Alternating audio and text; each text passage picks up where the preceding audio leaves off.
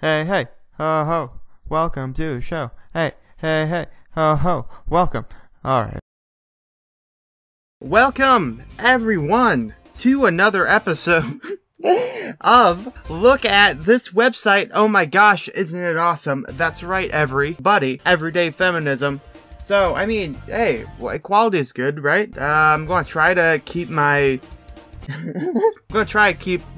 politics out of this, though I doubt that that'll be even necessary. For just $10, help make sure EF, Everyday Feminism, you know, that's what the fans call it, is never shut down. I mean, I don't know, dude. My first time visiting, I've heard good things, of course. What I told my white friend when he asked for my black opinion on white privilege, everyday self-love, that's a little bit weird. But, well, I don't want this to turn into another DeviantArt episode. 7 lies nice guy will tell you and why you shouldn't believe him. Yeah, sure. I mean, whatever, right? I want to see what lies nice guys tell me. 1.3k shares. Twitter.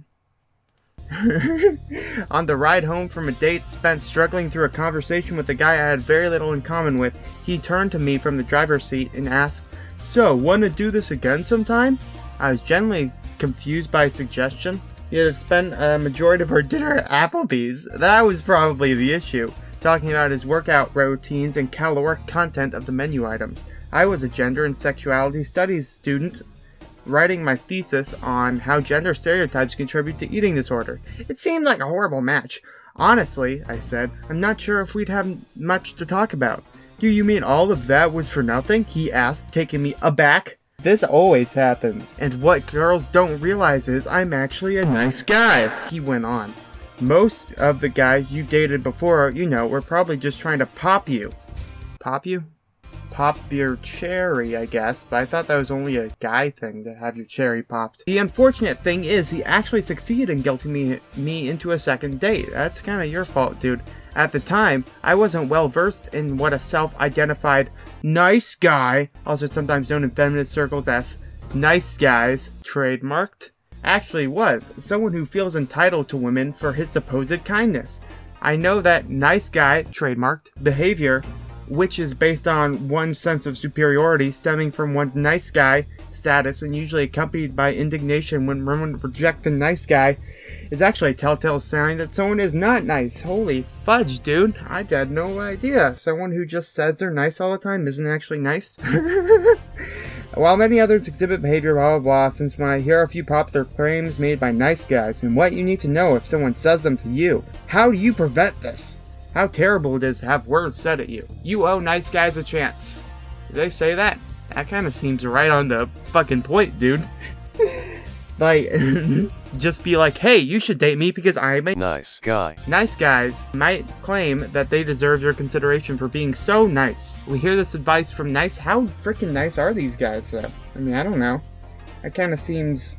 Yeah, I guess I can agree with what you're talking about, but being nice does not take it to a date. Alright, let's just... This is a little bit long, you know. Let's just get the Clip Notes version. Hints of misogyny.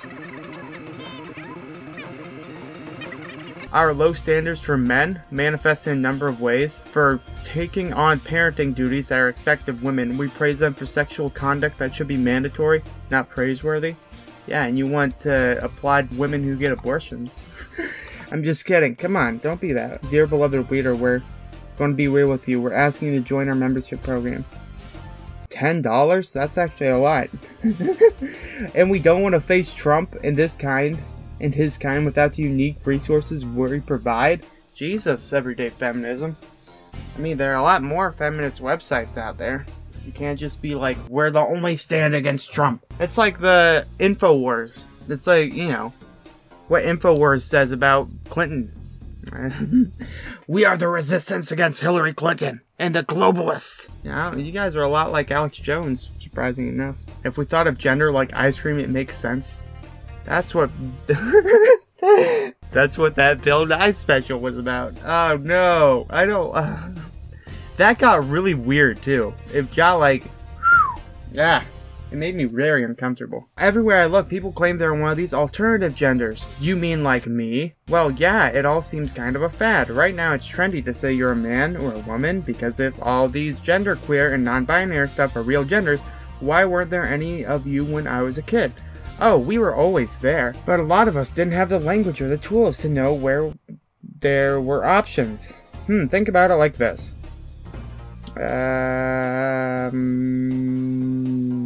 What? I don't know, dude.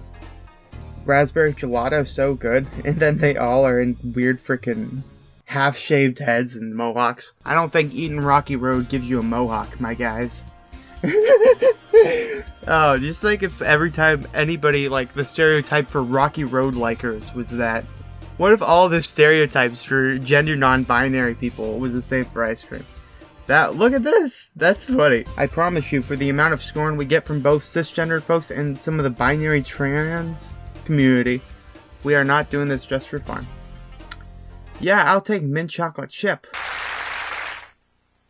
Now the world don't move to the oh shoot, is this symbolic of her finding out you can change your sexualities and then she changes her, or not sexuality, gender? That's cool. Oh man, trying to hold back, dude. Trying to hold back. Let's look at some religion. Alright, let's do some reluctantly clicks religion. Put your money where your mouth is. 5 amazing Muslim woman-owned businesses. Jewish fear, love, and solidarity in the wake of Nazism. Hey, stop it! I don't care about your why we need to stop complaining sexual objectification with sexual empowerment, everyday feminism. You guys are just really fucking... Click here, please stay on here just a little bit longer. I'm sorry, but come on. This funny Islamophobin PSA is challenging anti-Muslim bigotry.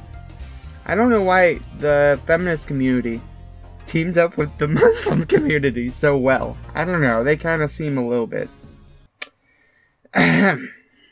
Yeah. The real reason women love witches? Witches? Witches! Sounds like some Satanism to me. The routine continued until shortly we hit puberty. What the heck, witches? Goddamn witches fucking string you up in a goddamn cross and burn you alive? God, fucking witches. God damn it. Gosh darn it. Come on, guys, don't be witches. Why would you want to be a witch? The term is tricky, the knife's edge of a slur that has been reclaimed by people and might use against. No! Witches are evil! They use spells, they turn people into toads! I don't want to be turned into a toad. I don't want to hear your lies, Satan. I don't want to hear those satanic lies. Frickin' goddamn. Why women love witches? Why we like witches? Why we like witches? The complicated experience of being black and a Muslim in the US? That's a double whammy, dude. How we know pro-life people don't actually care about reducing abortions. Sure. Let's read that. How we know. How we know for a fact, because we read their minds. We have to bring that outdoors for me. I want to hear some news. What if we focus on accessible birth control? I don't get it. How are people punished and humiliated? What? They aren't. They just... mandate painful and intrusive ultrasounds? That doesn't... I don't think any of this counts as fact, dude, but it's just kind of saying, like, first of all, naming this how we know for a fact, like, as a fact, because I wrote this comic that says these guys don't like birth control. I wrote a comic that said that because I want to humiliate people. That's what the old guy says. That's the facts, ladies and gentlemen. These are the facts. Fake news, class, race, trans, privilege. Sure, let's look at some privilege. I don't care. Alright, let's see some straight privilege here. I'm a straight boy. Your orientation is naturalized from birth. I thought that was putting aside gross misogyny. I couldn't believe how early people jump at the chance to sue on you're into heterosexual narratives. A Seminole baby boy's look at how he's flirting with you. Ma'am, your son, I doubt he knows what a girl is. Ooh, date Arab women. This kind of seems weird to have on a feminist website. I mean, I don't know. You have to justify your identity or legitimacy of your orientation. No one is going to insist that heterosexuality is just a phase. You won't be asked to prove your straightness by rattling off your romantic or sexual history. Yeah, but that generally happens. You can't just say that. I mean, I don't know. You can't say that. There are lots and a very large amount of, like, 14 to 16-year-old bisexual / lesbians out there. Or gays. Whatever. I know for a fact that... or not for a fact, I guess.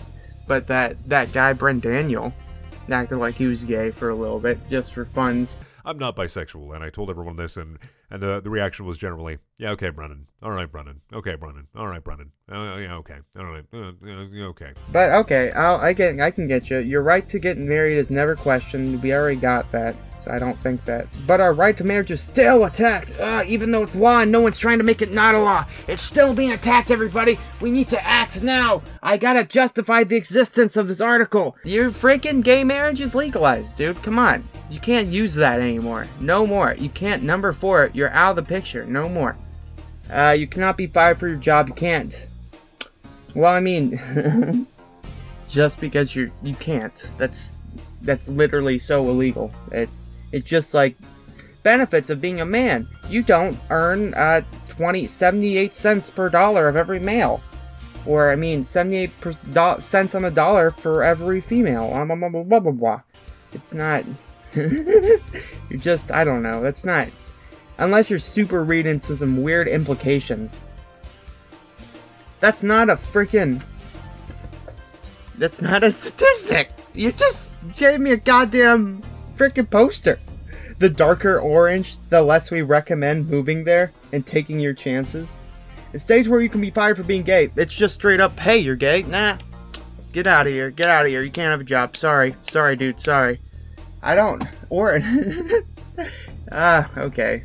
Well, you have opportunity to live about your privilege rather than experience oppressing firsthand. That sounds awesome. Heck, I'm so happy I can learn. Why is this ad here? This is just the least freaking... This is like what I'd see on goddamn Pirate Bay. Not everyday feminism, you weirdos. Well, you guys are freaking objectifying women with your gosh darn advertisements. You're literally... I mean... Whatever. Alright. Compassion and activism. I'm probably been doing this for like 9 hours. So I'll just search for a couple comics. Discriminate against applicants. Am I a queer woman looking through the male gaze? 3 ways that you are stupid. I disagree with your loved ones. You're trying to keep them in your life. Arguing is a favorite pastime in my family, and the winning side usually goes to whoever shouts the loudest. The love of arguing clashed with my mother's one rule for family gatherings, which was, don't bring up politics. That's everybody. I think that's everybody's rule at the dinner table. This is hard for me because in the gradient of familial politics, I tend to be on the outlier on the far left. You. You damn leftist. I'm just kidding. In an effort to avoid family drama, the don't bring up politics clause start to include rules on not challenging any family members for being homophobic or sexist or argue with any real issues, which made any reunion with my family feel like this. I don't know, that's still kind of... I mean, that's kind of stupid, but okay. I don't think that makes a lot of sense. Because that means I have to sit there and stay quiet when someone says an opinion I don't like. Or whatever, or as you put it, for being homophobic or sexist, which is basically code for saying things I don't want them to say, or having opinions that I disagree with, and I call them sexist or homophobic so I can feel like my opinions are more validated than everyone else's. It started to feel like I was the only one required to adhere to this rule, as other families were allowed to share whatever views they wanted on, and I decided that if the rule didn't apply to them, they didn't apply to me. Here are my tips on discussing disagreements with loved ones. Be informed. Obviously, that's so stupid. You can't. No, that's it. You take that. That's the cliched argument, like asking that dumb people would use against global warming. You can't use that for an argument for global warming, you gosh darn weirdo. Dude, you'd hear like your grandmother being like, man, it's cold, haha, global warming, am I right, guys? And then this weirdo's freaking saying it's global warming because it's hot. I'm sure that I'm just fucking being stupid, but come on, that's... Oh, don't. Alright. I know it says don't, but they're saying don't as in like that's what this person believes. it's obvious that it's global warming. I don't know, dude. I don't like talking about these politics, though. White privilege is faded in one simple comment. One more, and then I'll leave. Hi there, everyone. I'm white. Like, really white. Like, so white I can't take pictures of myself with the flash on. Take it down a notch. Now, I'm a good person. I don't contribute to racist agendas. I didn't ask to be born white. I try my best not to be racist myself, but I still benefit from institutionalized racism and discrimination. These benefits I received are commonly referred to as white privilege, which I cannot believe that I now have to explain this to you all in comic form, because no one of the internet seems to or even wants to understand this painfully simple concept. Okay, so right here, you can use the same. Lots of these, like, it's kind of funny how lots of these statistics you can use for the apps like the other side. As in, like, the likelihood that I will go to prison in my lifetime is about 4 to 11, while a POC chances run about 44 to 50%. I think that's a bit high, but, like, you can say that like, 88% of POCs commit crimes or something, based on this weird percentage. I don't know what it's saying with 88% percentage of prisoners. So you can say that 88% of prisoners are white, therefore 88% of whatevers commit crime.